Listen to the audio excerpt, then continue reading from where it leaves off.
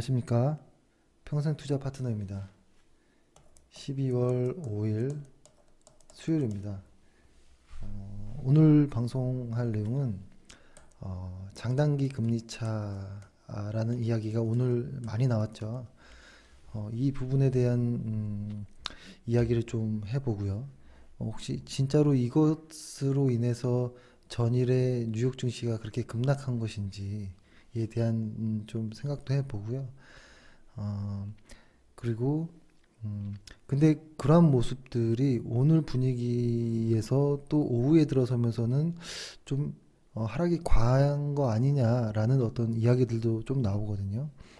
그런 부분에 대한 이야기를 좀 해보고 그 다음에 일단은 관심 종목들도 일단 하나씩 좀 이야기를 좀 해보겠습니다.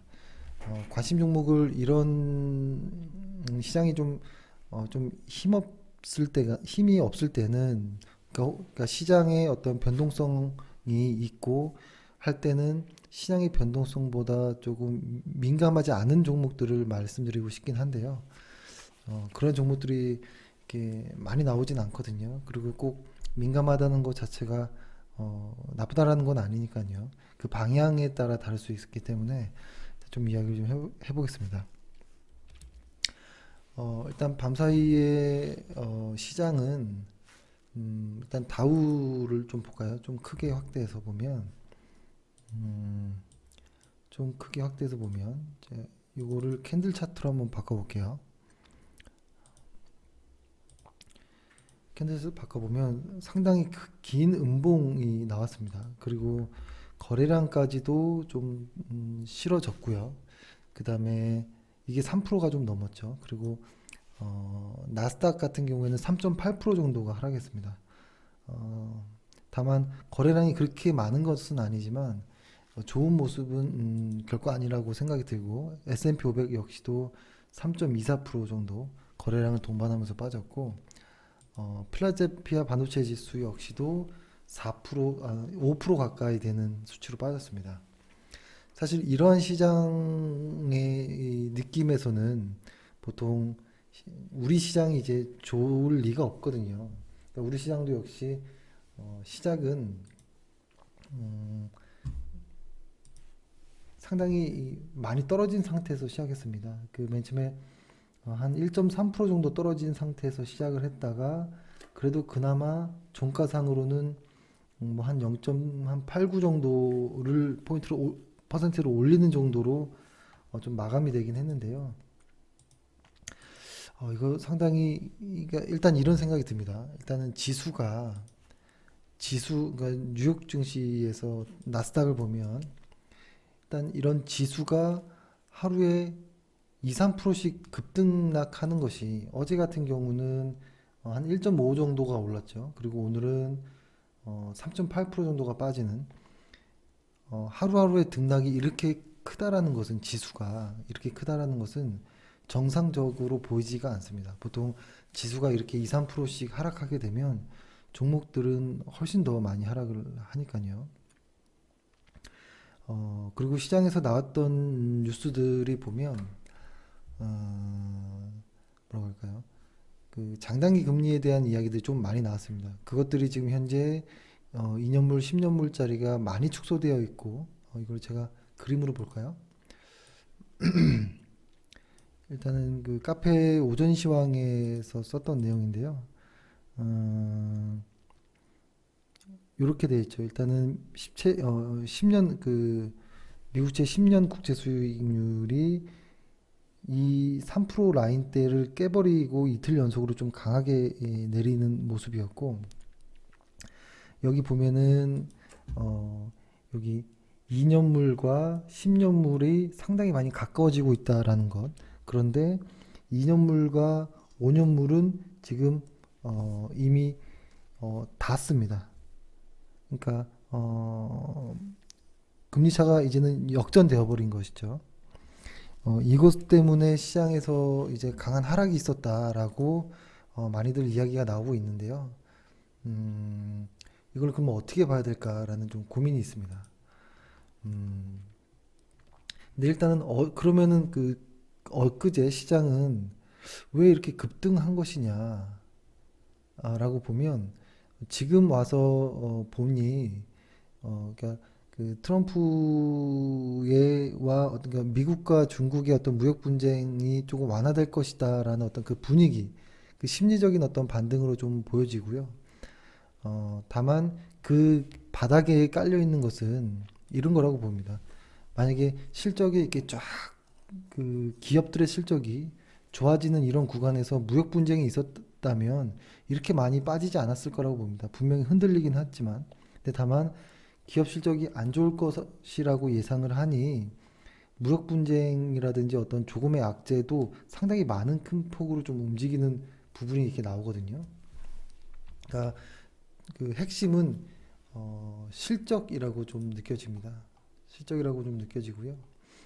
음, 일단은 시장에서 많이 나왔던 그 장단기 금리 차에 대한 이야기를 좀 해보면 일단 장기 금리와 그 단기 금리의 차이를 얘기하는데 보통 단기 금리는 2년물짜리 그리고 장기 금리는 10년물의 어떤 차이입니다.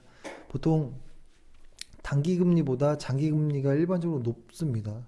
왜냐하면 어, 장기적으로는 인플레이션이 온다라고 보기 때문이죠.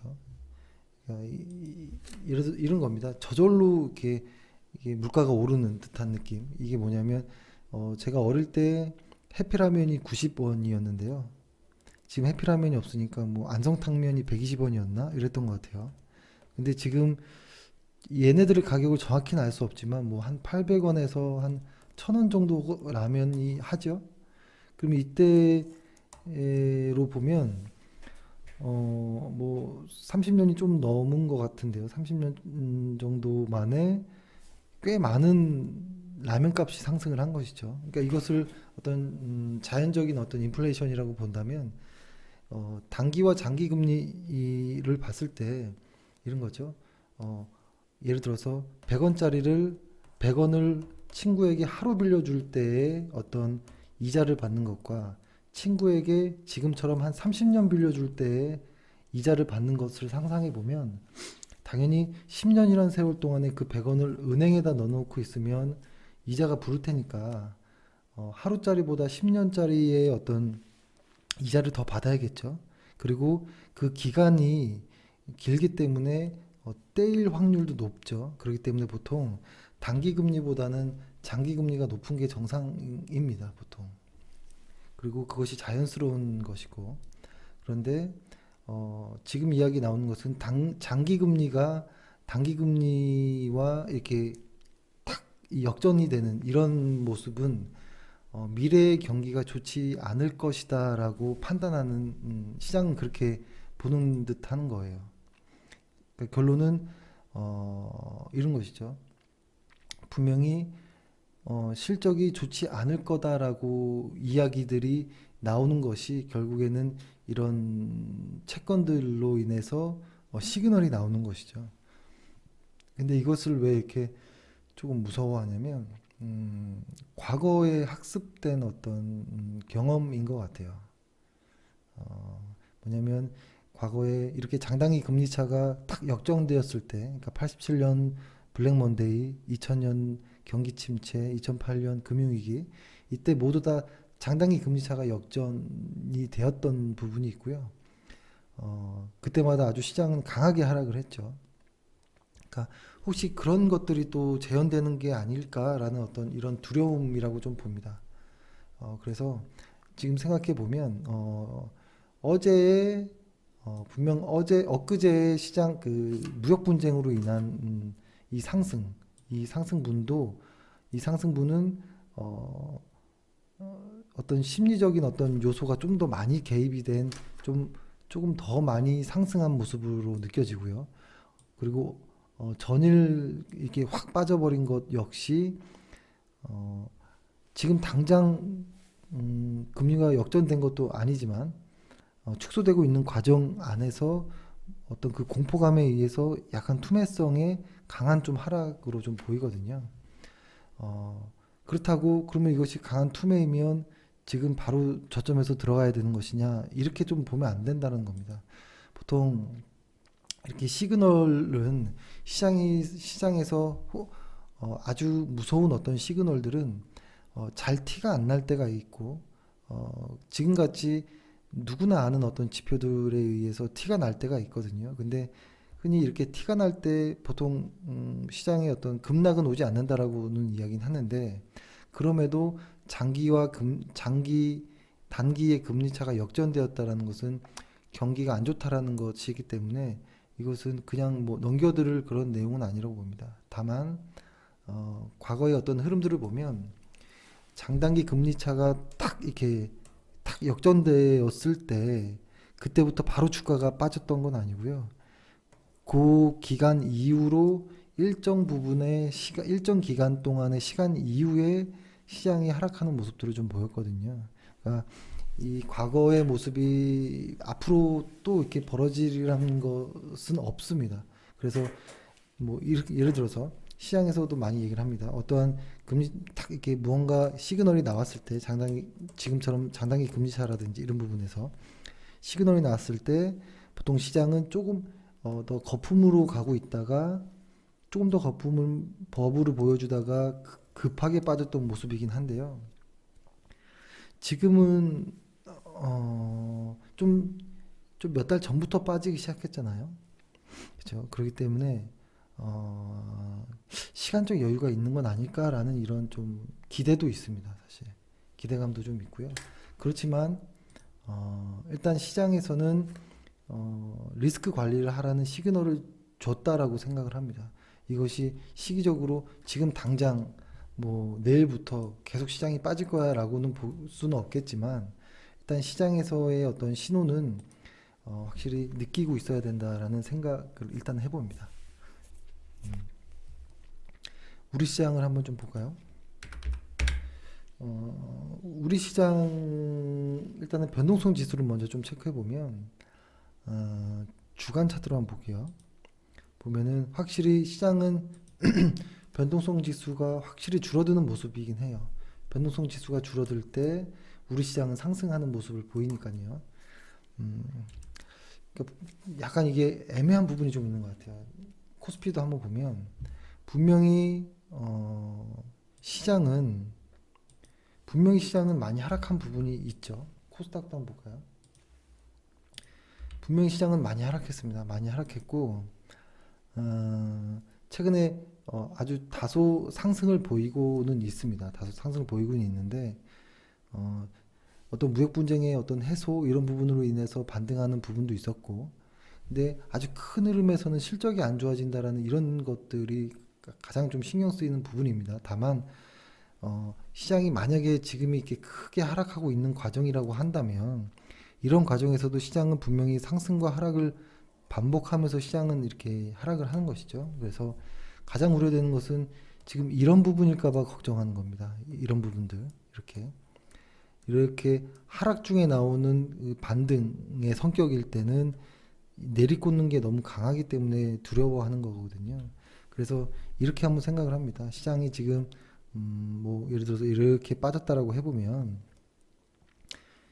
여기까지는 있을 수 있다라고 봐요. 여기까지는. 다만 요번에 조정을 만약에 보인다면, 왜 조정이라는 이야기가 갑자기 나오냐면 코스피나 코스닥에서 그 분산이 많이 이루어지고 있습니다. 근데 과거에 보면 아주 큰 천정을 만들 때는 아주 크게 분산들이 나올 때도 있지만 한번 분산이 이루어지고 난 이후에는 일정 부분의 분산만 나오더라도 시장은 바로 약세 전환을 하거든요. 그래서 만약에 시장이 이런 하락이라고 한다면 여기까지는 충분히 가능하다라는 것이고, 만약에 여기서 나올 조정이 이번에 만약에 혹시라도 이번 주나 혹은 뭐 이렇게 다음 주라도 조정이 나온다면 이때는 확실히 매우 조심해야 될 필요가 있다라는 생각을 하고요. 다만 이것이 조정 이후에 반등으로 간다면 만약에 리스크 관리를 안 했더라도 어느 정도 만회하고 지나갈 수 있겠지만 이 조정 국면이 반등이 아니라 그냥 하락으로 이어져 버린다면, 왜냐면 시장에 어떤 시그널들이 자꾸 나오니까요. 위험해 보입니다. 그래서 만약에 이번에 어떤 조정이 나오는 어떤 기미가 보인다면, 지금 사실 일단은 지수는 우상향하지만 지수는 우상향하지만 분산을 통해서 조정이 곧 나올 수도 있겠다라고는 마음을 먹고는 있습니다.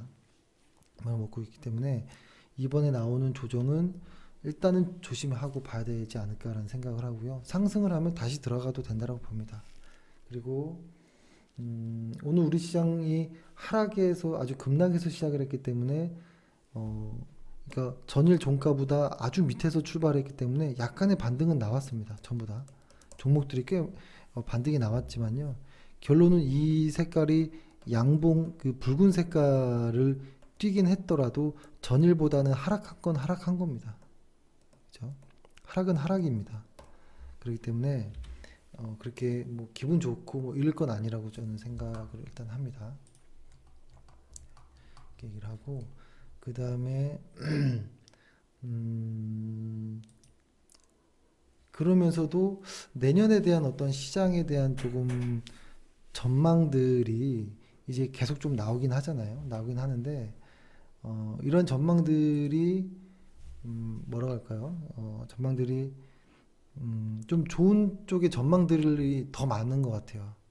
그러니까 기사를 쓰는 입장 혹은 글을 쓰는 입장에서도 부정적인 이야기만을 딱 하고 끝내기가 좀 애매한 부분이 있을 것 같긴 합니다. 다만 뭐 최근에 나왔던 어떤 좀 중요한이라고 하긴 좀 그렇지만 뭐라고 할까요? 조금 그럴싸해 보이는 것 하나를 좀 먼저 좀 설명드려보면 일단은 카페에다가 이게 글을 올려드리긴 했는데요. 달러 인덱스와 그렇죠? 달러 인덱스와 코스피의 그 차트를 일단 주간으로 좀 봤는데요. 어느 정도 이렇게 딱 데칼코마니 완벽하진 않겠지만 어떤 이런 모습들을 좀 역의 방향성을 계속 유지하고는 있잖아요. 이것이 어떻게 보면 수급 측면에 있는 부분이기도 하죠. 근데 오늘 나온 짧은 리포트를 좀 보면 내년에는 달러가 약세로 갈 확률이 있다라는 이야기를 좀 합니다. 그러니까 과거의 어떤 이런 고점들을 넘지 못하고 달러가 약세로 가는 거 아니냐라는 이런 예측 전망들인데요. 이렇게 되면 우리 지수는 이렇게 갈 가능성도 있죠. 왜냐하면 수급 측면에서는 좀 좋은 환경이 만들어지니까요. 근데 그런 논리로서 어떤 얘기를 하냐면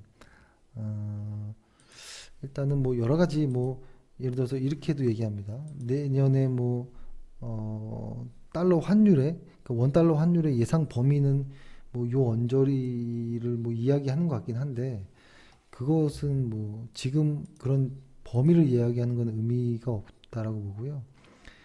이 글의 마지막을 좀 보면 저는 이 부분이 가장 그럴싸하다라고 보거든요. 보통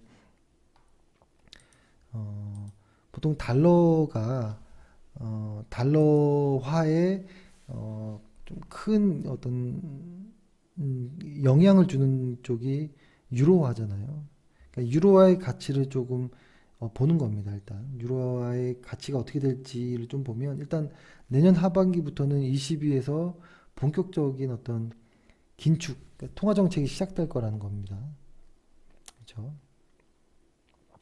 그렇게 되면 내년 하반기부터는 유로화의 가치가 오를 것이다라는 이런 이야기인데요. 그죠? 이 부분이 저는 가장 조금 의미가 있어 보이긴 합니다. 그렇게 되면 아까 말씀드렸던 것처럼 달러 인덱스가 꺾일 가능성이 좀 높고 우리 지수가 수급 차원에서 좀 이렇게 갈 수 있지 않을까라는 모습인데요. 이건 사실 너무 먼 이야기이긴 하지만 그러니까 보통 이런 기사들이 시장 힘들 때 항상 이제 희망의 어떤 리포트들이 나오긴 합니다. 그럼에도 좀 합리적인 어떤 느낌으로 좀 들고요. 그 다음에 얘네가 얘기했던 게 한 세 가지 정도 내용이긴 한데 뭐 미중 무역 분쟁이라든지 금리 인상 사이클이 막바지에 접어들었다 뭐 이런 내용들도 공감되는 부분이 있습니다. 특히 금리 인상 사이클이 내년 정도 되면 그러니까 중립금리라고 하는 시장에서 말하는 한 3% 정도 위아래 밴드를 0.5씩 두고 그 정도라고 한다면 이번 연도에 한 번, 내년에 한두 번 정도면 중립금리에 가잖아요. 그러면 더 이상 금리를 올리기 힘들 것이고, 그때 금리를 낮출 것이고, 그 언저리 때, ECB가, 내년 3분기니까요. 아마 긴축 통화 정책을 같이 시행할 때 좀 맞물리는 느낌이 나거든요. 그렇게 될 때. 그게 2019년도이고, 그렇게 된다면 그런 것들이 내년 하반기 정도에 이루어진다면 주가는 선반영될 수 있다라고 봐요. 그러면 내년 뭐 봄이라든지 내년 좀 따뜻해지려고 하는 구간부터는 시장이 좀 좋아질 수 있는 거 아닌가? 뭐 이런 좀 소설을 써보는 겁니다. 소설. 근데 이것을 일단은 월간 차트로 우리 지수도 좀 볼게요. 우리 지수가 중요하니까요. 우리는 뭐 당연히 다른 것도 봐야겠지만 지금 우리 지수에서 월간 차트에서 이렇게 깨져버린 이런 구간이 여기랑도 비슷할 수 있어요. 그리고 조금 눈에 띌 정도가 없는데요. 뭐 작게는 여기라고도 볼 수 있겠지만 이 정도 사이즈는 아니니까요. 만약에 과거 이 정도라면 이것이 정배열이 되는 구간, 이 구간이 해소되는 구간은 꽤 오랜 시간이 걸린다라는 거예요. 한 반년 이상. 저도 그렇게 봅니다. 우리 지수가 현재 하락을 하면서 최근에 반등을 보였지만 천천히 이렇게 만약에 우상향 한다면 급하게 V자로 간다라는 것보다는 일정 부분의 어떤 횡보 박스권을 그리는 과정으로 이렇게 올라가는 거 아닐까. 좀 시간을 두면서 라는 생각을 하고 있기 때문에 만약에 여기가 바닥이라고 한다면 천천히 간다라고만 하면 분명히 매수는 해야 된다라고 봐요. 그리고 일간 차트로 봤을 때 시장이 일단 우리가 중요하게 생각하는 그 그날을 깨진 않았잖아요. 그렇죠? 그날이라고 하면 여기 코스닥이죠. 코스피를 좀 보면 여기 라인을 저희는 좀 중요하게 생각했었거든요. 그래서 이렇게 좀 거두곤 있었는데 여기 라인을 뭐 깨지만 않고 내려간다면 일단 시장은 어디가 됐든 예를 들어서 뭐 여기에서 이렇게 되고 가든 혹은 여기에서 좀 더 내리고 가든 여기를 깨지 않고 간다면 계속 매수를 해야 된다라는 생각을 하고 다만 첫 번째 이 반등 이후 첫 번째 조정은 좀 조심해야 되겠다라는 생각은 좀 하고 있습니다. 지금 이렇게 쌓여있는 분산들을 한번 해소하려면 아주 강한 양봉이 나오든지 한번 조정 이후에 가든지 이래야 되거든요. 그래서 지금은 조금 약간 좀 겁이 나는 구간이긴 한 것 같아요. 확실히 시장에서. 네, 이렇게 되고 지금 시간이 한 23분 정도 됐네요. 관심 저희가 왜 이렇게 시황만 이야기하느냐 관심 종목이나 이런 건 없느냐 이렇게 이야기를 좀 많이 하셔가지고 일단 정말 관심 종목을 좀 보면 일단 저는 예전에 카페도 글을 좀 올리긴 했지만 두산이라는 종목에 상당히 관심이 있습니다. 월간 차트로 일단 볼게요. 맞다. 그거 말씀드리기 전에 요거 부분을 좀 먼저 보면 여기 보면은 주식 질문 Q&A라고 있거든요. 이쪽에다가 그러니까 저희가 회사가 전화 통화가 잘 안 될 때가 있어요. 왜냐면 저희는 회원들이랑 통화를 많이 하거든요. 그러니까 회원들이랑 통화를 많이 하고 있기 때문에 회사에 전화했을 때 다 통화 중일 때가 많습니다. 그래서 회원이 아니신 분들이 질문할 때 조금 통화가 안 돼서 조금 이렇게 좀 그랬다라고 이야기하는 부분들이 좀 있어서 여기다가 뭐 질문이나 뭐 이런 것들을 남겨주시면 제가 뭐 시간이 되면 방송에서 이렇게 뭐 해소를 한다든지 뭐 댓글을 남기다든지 하고요. 저희 회원분들은 여기에다가 1대1 종목 상담에다가 뭐 궁금하신 내용이나 아니면 보고 싶은 리포트가 있다면 말씀해 주시면 그런 자료라든 그런 리포트 같은 경우는 금세 올려드릴 수 있고 그 다음에 어떤 궁금한 부분이나 이런 부분은 뭐 바로 전화를 하셔도 되고요. 뭐 그렇네요. 예, 그렇게 하고요. 그래서 오늘 볼 종목은 일단 두산인데요. 두산이 일단 그냥 실적만 보고 이 회사가 뭘 하든 말든 일단 실적만으로 이 회사를 선택할 어떤 무언가가 되느냐를 먼저 보면, 일단 저희는 EPS가 적어도 한 20% 이상 연으로 오르는 것을 좋아하고요. ROE 같은 경우는 적어도 1% 이상 오르는 것을 좋아합니다. 그런데 내년에 EPS가 40% 정도 넘게 증가하고 ROE 역시도 한 2% 정도 이상 증가할 것으로 예상하는 것이죠. 어, 사실 이 회사의 어떤 자세한 내용은 카페를 한번 확인해 보시면 예전에 이렇게 글을 써 드린 게 있는데요. 예전에 사실 두산을 그냥 가치주라고 해야지 성장주라고는 하지 않는데, 어떤 최근에 이들이 하고 있는 이 사업 내용 안에서 성장이라는 부분이 새로 나왔거든요. 그래서 두산이라는 종목의 성장주라는 제목으로 일단 글을 남겨드렸고요. 저도 역시 두산에 대한 선입견이 많아서 잘 손이 가지 않았습니다. 과거에 두산의 월간 차트를 보면 한참을 이렇게 횡보했던 구간이 있고요.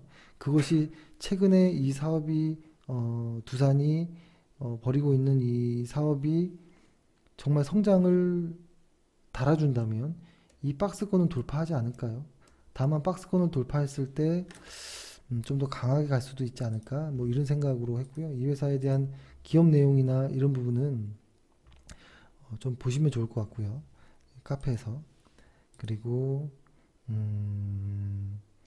일단 이런 겁니다. 오늘 이거를 다시 한번 말씀드린 거는, 좋은 실적을 가지고 있는 회사가 차트가 좋아질 때는 좀 관심 있게 봐야 된다라는, 봐야 되는 것이 아닌가라는 의미에서 일단 올려드렸고요.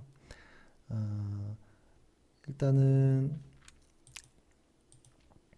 보면 여기도 이렇게 좀 선을 그어 보면, 일단 이 선이 15만 원이 중요한 가격대라고 봐요. 지금 현재 12만 4천 원인데요. 이것이 15만 원이라는 어떤 중요한 자리를 일단은 최근에 슬금슬금 테스트하러 가는 중인 것 같아요. 수급도 뭐 나쁘지 않고요. 계속 꾸준하게 들어오고 있고, 수급도 좋아지고 있고. 근데 다만 이 부분을 진짜 이번에 돌파할 수 있을까라는 부분이 있는데요.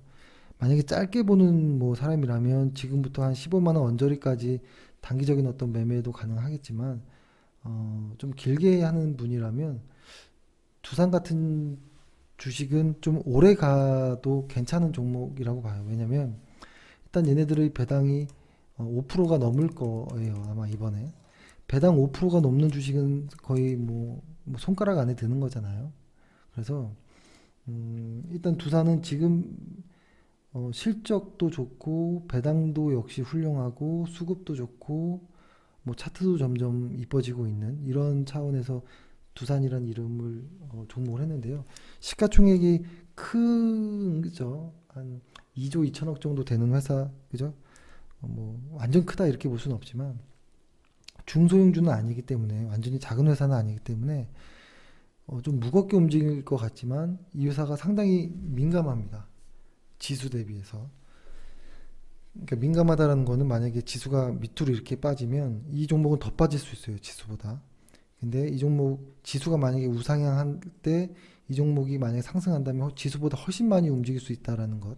그래서 이 방향성이 확인해야 될 필요가 있는데요. 만약에 방향성이 이쪽이라면 매우 괜찮지 않을까라는 생각을 좀 합니다. 그리고 일간 차트로 좀 봤을 때 지금은 그러니까 주간 차트로 일단 보면 주간 차트도 아직은 좀 뭔가 아직은 돌아나가는 느낌은 안 들어요.